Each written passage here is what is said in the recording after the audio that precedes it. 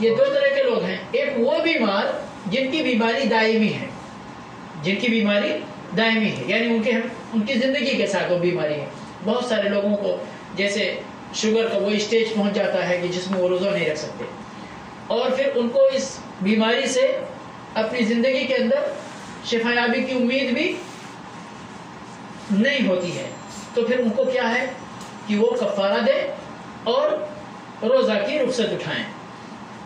اسی طرح سے وہ بزرگ جو عمر کے اس مرحلے میں پہنچ جاتے ہیں کہ ان کی روزہ رکھنے کی قدرت اس مرحلے میں جا کر ختم ہو جاتی ہے, سمجھئے, اتنے بوڑھے, اتنے کمزور ہو گئے, تو وہ لوگ پھر فدیہ دیں گے. فدیہ کیا ہے؟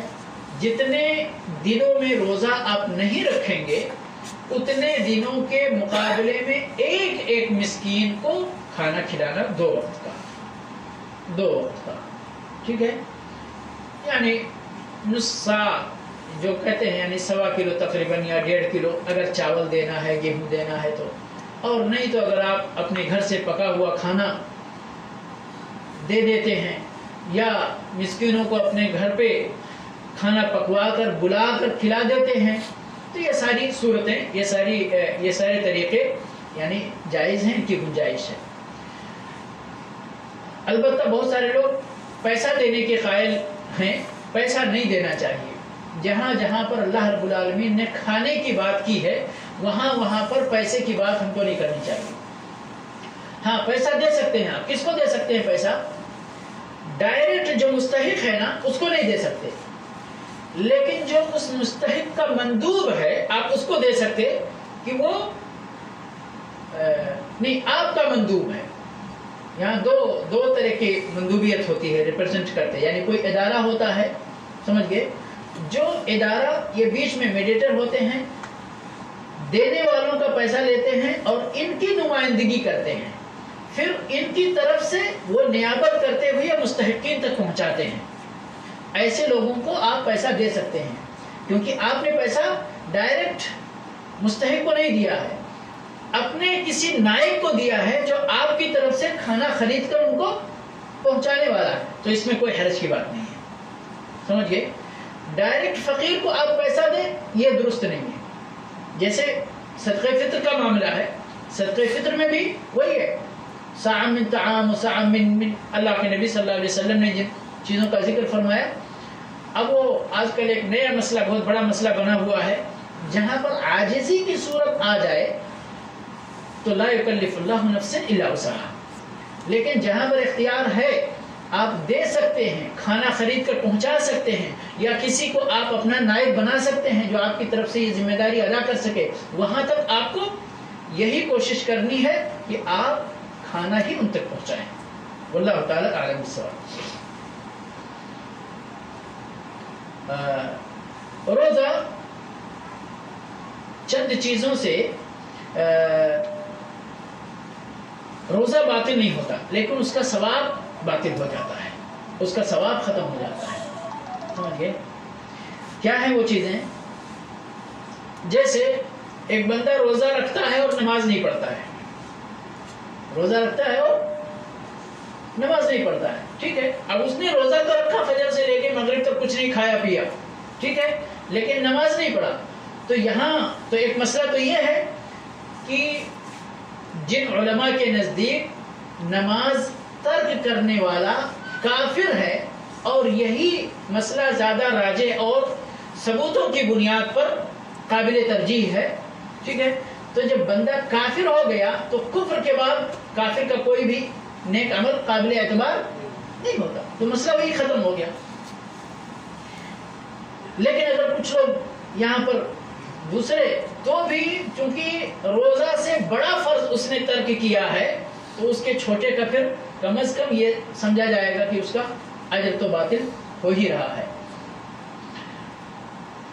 اسی طرح سے اگر کوئی بندہ روزہ رکھتا ہے پر محرمات کا ارتکاب کیا جا رہا ہے, سود کھایا جا رہا ہے, غیبت کیے جا رہا ہے, چغلی کھایا جا رہا ہے, ان کی اور گالی گلوج اور فحش, اللہ کے نبی صلی اللہ علیہ وسلم فرمایا کہ جو بندہ روزہ رکھے اور فحش چیزوں سے اپنے آپ کو بچائے نہیں تو اللہ کو یہ اس کی ضرورت نہیں ہے کہ وہ بھوکا رہے پیاسا رہے. کیونکہ ابھی تھوڑی دیر پہلے میں نے شروع میں جو بتایا کہ یہ روزہ رکھنا کس لیے ہے؟ تاکہ ہماری تربیت ہو سکے، ہماری زبان کی حفاظت، نگاہ کی حفاظت، خیالات کی حفاظت، ہاتھ اور پیروں کی حفاظت. اللہ سے کیسے ڈرا جاتا ہے؟ ان ساری چیزوں کی تربیت کا یہ مہینہ ہے. ایک طرف اجر و ثواب بھی ہے، دوسری طرف ہمیں پورے سال کے لیے اس مہینے میں ٹرینڈ بھی کر دیا جاتا ہے، تربیت بھی کر دی جاتی ہے کہ اللہ سے کیسے ڈرا جائے.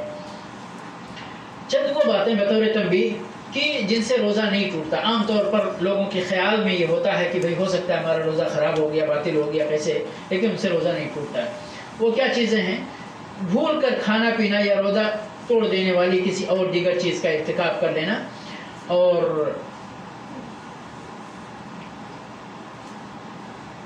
لا علمی کی بنیاد پر بھی اگر اس طرح کا کوئی مسئلہ ہو جائے، کسی بندے کو مثال کے طور پر مسئلہ معلوم نہیں ہے اور اس نے کوئی ایسا کام کر لیا کہ جس سے روزہ ٹوٹ سکتا ہے لیکن لا علمی کی بنیاد پر کیا، تو اس کے بارے میں علماء کرام نے کہا کہ یہاں لا علمی بھی اس بندے کے لیے عذر ہے. لیکن اگر اس نے یہاں عذر دیکھیے، لا علمی اور جہالت کا جو عذر ہے وہ عذر موقت ہوتا ہے. بندے کو چاہیے کہ وہ دین کا علم حاصل کرنے کی کوشش کرے. اب ایک بندہ ہے نہیں، اس کو دین سے کوئی مطلب ہے، نہ دین کا علم حاصل کرنے سے کوئی مطلب ہے، بس روزے کا رمضان کا مہینہ آیا تو چونکہ سب لوگ روزہ رکھتے ہیں، سب لوگ بھوکے رہتے ہیں، اس لیے چلو وہ ہم بھی بھوکے رہ رہے ہیں. اور پھر ایسا بندہ نہیں، تو یہ محل نظر ہے. لیکن کوئی بندہ ہے نہیں جو عام طور پر علم حاصل کرنے کی کوشش کرتے ہیں، لیکن کوئی مسئلہ ایسا آیا کہ جو اس کے علم سے باہر کی چیز تھی تو اس پر معذور مانا جائے گا وہ. اسی طرح سے آنکھ کے اندر کوئی دوا ڈال لینا یا زخم میں دوا لگا لینا، سرما لگا لینا، خوشبو سونگھ لینا یا خوشبو لگا لینا، تھوک نکل لینا، ٹھنڈے پانی سے کلی کر لینا بغیر مبالغے کے. یاد رہے روزے کی حالت میں حلق پانی نہیں لے جانا چاہیے، سمجھ گئے؟ احتیاط کے ساتھ کلی اور غرارہ کرنا چاہیے. اسی طرح سے مسواک کرنا بلکہ اللہ کے نبی صلی اللہ علیہ وسلم کی سنت تھی. تو بوقت ضرورت اور بقدر ضرورت ذائقہ وغیرہ چکھ لینے سے بھی روزہ نہیں ٹوٹتا. شرط یہ ہے کہ آپ ذائقہ چکھنے کے بعد پھر منہ صاف کر لیں، کلی کر لیں، یا اس طرح سے جو آپ کر سکتے ہیں. سر میں تیل لگا لینا یا ٹھنڈا پانی رکھ لینا، ٹھنڈے پانی سے غسل کر لینا، ٹھنڈے پانی کی میں کپڑا بھگو کر پٹی پیشانی پر رکھ لینا یا برف رکھ لینا، شاور ٹھنڈے پانی سے لے لینا. یہ ساری چیزیں روزہ کو نہ توڑتی ہیں اور نہ ہی مکروہ کرتی ہیں. یاد رکھیں، نہ ہی روزے کو مکروہ کرتے ہیں، یعنی بالکل کوئی مسئلہ نہیں ہے.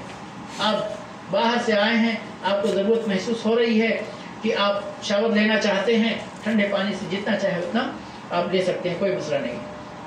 تالاب کے اندر غسل کر لینا، ہاؤس کے اندر کیسے بھی بیوی کو بوسہ دینا یا اور دن میں احتلام ہو جانا یا تھوڑا بہت خون نکلوا دینا، سمجھیے یہ ساری چیزیں.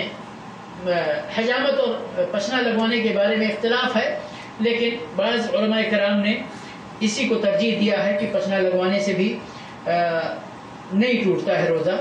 اسی طرح سے اگر کسی کا غسل جنابت ہے رات کے اندر، اس کو روزے کا ٹائم شروع ہونے کے بعد تک اس نے غسل کو مؤخر کیا ہے تو بھی روزہ نہیں ٹوٹتا ہے.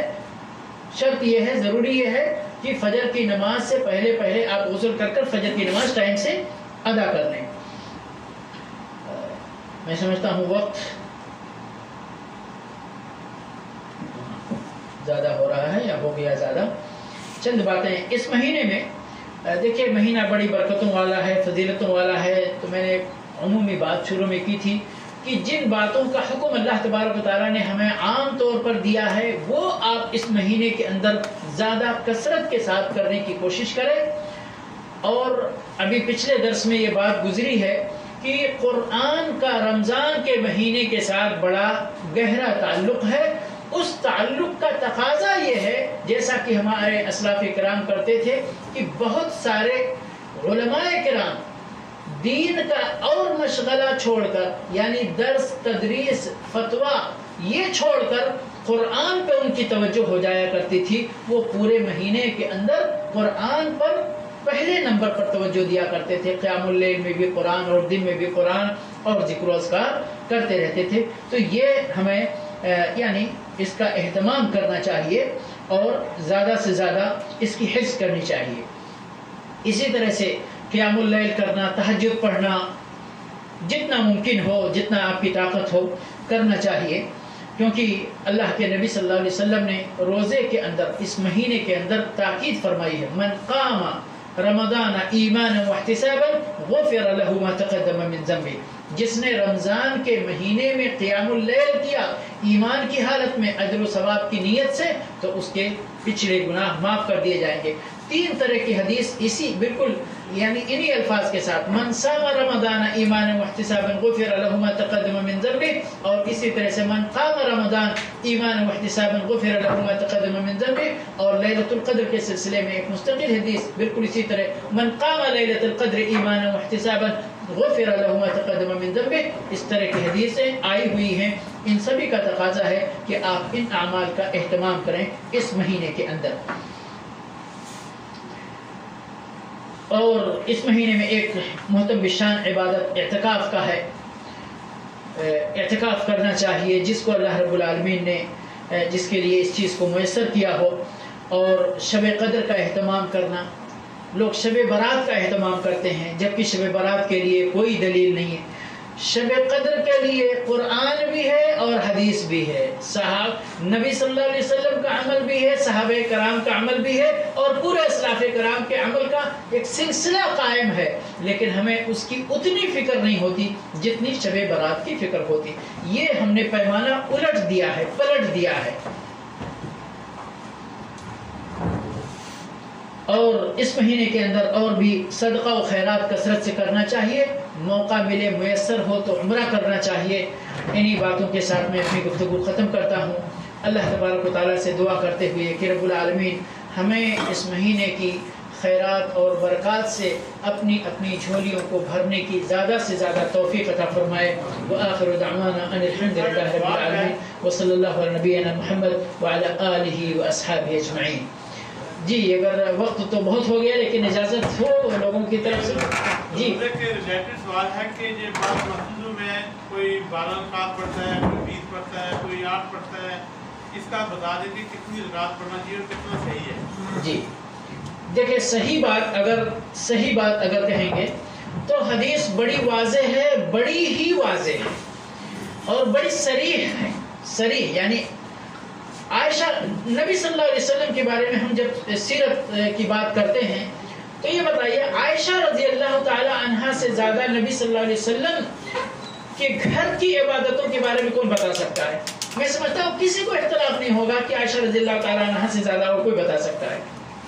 سمجھ گئے؟ پوری امت کا اتفاق ہوگا اس بات پر، یعنی عمومی اتفاق، لیکن جزوی جب اس پہ آتے ہیں تو پھر یہاں اختلاف کر بیٹھتے ہیں۔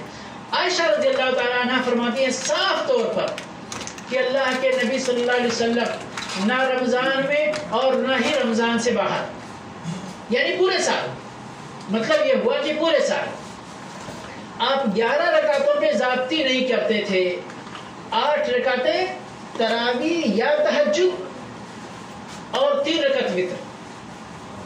سمجھ گئے؟ یہ ایک بنیادی حدیث ہے اس مسئلے کے اندر۔ اب آپ کہیں گے کہ بھائی اس سے زیادہ پڑھنا جائز ہے یا نہیں، اس سے کم پڑھنا جائز ہے یا نہیں۔ زیادہ پڑھنا بھی جائز ہے، کم پڑھنا بھی جائز ہے، لیکن اگر کسی کو ضد کرنا ہے تو 11 پر ضد کر سکتا ہے، نہ کم پر زیادہ ضد کرنے کی گنجائش ہے اور نہ زیادہ پر ضد کرنے کی گنجائش ہے۔ سمجھ گئے؟ یہ ایک بہت اہم مسئلہ ہے۔ ہمارے بھائی لوگ کیا سمجھتے ہیں؟ الٹی بات سمجھتے ہیں۔ کیا ہم جو 8 کی بات کرتے ہیں وہ یہ کہتے کہ آپ لوگ 8 ہی کی بات کیوں کرتے ہیں جبکہ 20 پڑھنا جائز ہے؟ سمجھ گئے؟ ہم نے کیا بات کہی کہ 8 سے زیادہ پڑھنا اس کے جواز کی بات، کیونکہ یہ نفل ہے، کوئی بس جہاں پر سنت نبوی کی بات آئے گی تو 8، نہ اس سے زیادہ نہ اس سے کم، ٹھیک ہے؟ ہاں، اس کے بعد ایک نفل عبادت کی میں گنجائش کی بات تو اس سے کم کی بھی گنجائش ہے. کوئی بندہ 2 رکعت قیام اللیل کرے، 4 کرے، 6 کرے، 8 کرے، کوئی مسئلہ نہیں. 10 کرے، 12 کرے، 14 کرے، کوئی مسئلہ نہیں. لیکن ایک آدمی آ کر کہتا نہیں 20 ہی پڑھنا ہے آپ کو. تو جس طرح ہم 8 کے لیے دلیل دیتے ہیں، اسی طرح اس کو 20 کے لیے دلیل دینی پڑے گی حدیث سے. حدیث سے میری مراد نبی صلی اللہ علیہ وسلم کے قول سے یا فعل سے اور یا آپ کی تقریر سے. یہ 3 طریقہ ہے نبی صلی اللہ علیہ وسلم کی سنت کا. یا تو آپ نے فرمایا ہو کہ 20 پڑھو، یا تو آپ نے 20 پڑھا ہو، اور یا تو کسی نے 20 پڑھا ہو آپ کے سامنے اور آپ نے اجازت دی ہو 20 پڑھنے کی. جس طرح ہم نے دلیل دی ہے اسی طرح پھر آپ کو دلیل دینی ہے اگر آپ کو یہ کہنا ہے کہ نہیں آپ کو 20 ہی پڑھنا ہے. ورنہ اچھا ایک ضد تو یہ ہے زبان سے کہنا، ٹھیک ہے، اور ایک ضد عمل سے ثابت کرنا. ایک بندہ پیدا ہوتا ہے اور 20 پڑھنے سے شروع کرتا ہے اور مر جاتا ہے وہی 20 ہی پڑھتا ہے، تو یہ اس کی عملی ضد ہے کہ نہیں صاحب وہ گویا کہ 20 کے علاوہ 18 کو میں جائز نہیں سمجھتا، 22 کو بھی جائز نہیں سمجھتا. جبھی تو اس نے ایسا کیا. نہیں تو کبھی کم سے کم ایک بار تو اپنے نبی کی سنت پر عمل کرنے کا شرف ہی حاصل کر لیتے بھائی. کہیں دیکھا کسی مسجد میں جو 20 پڑھنے والے ہوں کہ مہینے میں ایک دن ہی کہہ دیں کہ چلو ہم آج نبی کی سنت پر عمل کریں گے، حضرت عائشہ رضی اللہ تعالیٰ عنہ کی صحیح حدیث پر عمل کریں گے، آج 8 ہی پڑھیں گے. دیکھا کبھی کسی نے؟ تو پھر ہم کو کیوں کہتے ہو کہ آپ لوگ بہت زیادہ ضدی ہیں؟ ہم تو اپنے نبی کی سنت کی ضد کر رہے ہیں، آپ بدعت کی ضد کر رہے ہیں اگر تو آپ کو مبارک ہو، ہم کو نہیں چاہیے. بات سمجھ میں آ رہی ہے نا؟ جی. اور کوئی سوال میرے خیال سے گنجائش نہیں ہے تو لوگ شاید اسی کے ساتھ انشاءاللہ آپ رمضان کے مبارک مہینے میں